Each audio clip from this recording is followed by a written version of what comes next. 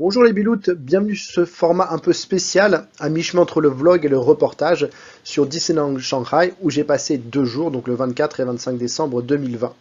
Alors on va commencer avec quelques chiffres pour un peu vous situer Disneyland Shanghai. Donc il a ouvert en 2016, donc c'est un parc qui est très récent et qui fait 4 km², donc 22 km² à Paris, qui a ouvert il y a 28 ans lui, donc c'est différent, il y a une grosse expansion. Alors, on va parler tout de suite des prix. Donc, le ticket en Chine coûte 399 yuan, ce qui fait l'équivalent de 50 euros. C'est le prix le plus bas du monde. Donc, à Paris, il faut compter entre 50 et 89 euros, plus 20 euros pour Walt Disney Studios. L'hôtel le moins cher, donc c'est l'hôtel Toy Story où j'ai résidé, donc c'est 1500 yuan la nuit, ça fait 190 euros. Et à Paris, c'est minimum 270 euros, c'est beaucoup plus cher. Alors, il ne faut pas oublier aussi le niveau de vie et le salaire moyen en Chine qui est beaucoup plus bas, bien sûr, en Chine qu'en Europe. Alors, Disneyland Shanghai, c'est 12 millions de visiteurs en 2018 contre 15 millions à Paris en 2019. Donc 12 millions, c'est énorme parce que vous avez vu, le parc est beaucoup plus petit.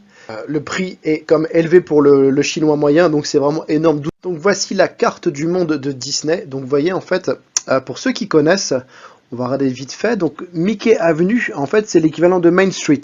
Donc ça a été changé, j'expliquerai après pourquoi. Disney Town, c'est l'équivalent de Disney Village. Alors, si on remonte dans le sens des aiguilles d'une montre, vous avez Tomorrowland, qui est le monde un peu du futur. Vous avez le Disney Pixar Toy Story Land, le titre est assez explicite. Vous avez le château qui est au centre, Fantasyland, donc qui est à 1 heure. Ensuite, à 3 heures, vous avez Treasure Cove et vous avez Adventure Isle. Donc, en fait, il y a des grosses différences. Déjà, en fait, en termes de localisation, normalement, le monde du futur est situé à droite du château. Là, il est situé à gauche. Et donc, idem pour les mondes d'aventure qui sont justement, donc, normalement à gauche. Je ne sais pas pourquoi il y a eu ces changements. Donc là, culturellement, en fait, on a un pont, en fait. C'est que Disney, donc, qui est un géant américain, qui s'installe en Chine, qui est justement, on va pas dire l'antithèse, mais un peu des États-Unis. Et donc, en fait, ils ont retiré tout ce qui faisait un peu trop américain. Donc, par exemple, Main Street, ça fait trop américain, donc c'est parti. Le monde du western, hop, c'est parti aussi.